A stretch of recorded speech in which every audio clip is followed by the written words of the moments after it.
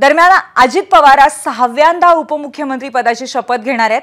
अजित पवारांच्या राष्ट्रवादीला किती खाती मिळणार असाही प्रश्न आता उपस्थित आहेच। देवगिरीवरती राष्ट्रवादीचे नेते दाखल झालेले आहेत। मंत्रिपदासाठी जोरदार लॉबिंग सुरू आहे।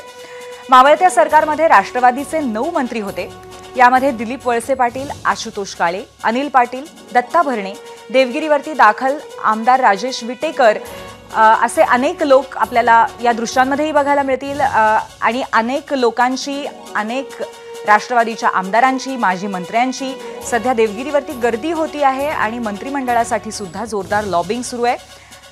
या सर्व दरम्यान अजित पवार हे उपमुख्यमंत्रीपदाची शपथ 6व्यांदा आज घेणार आहेत।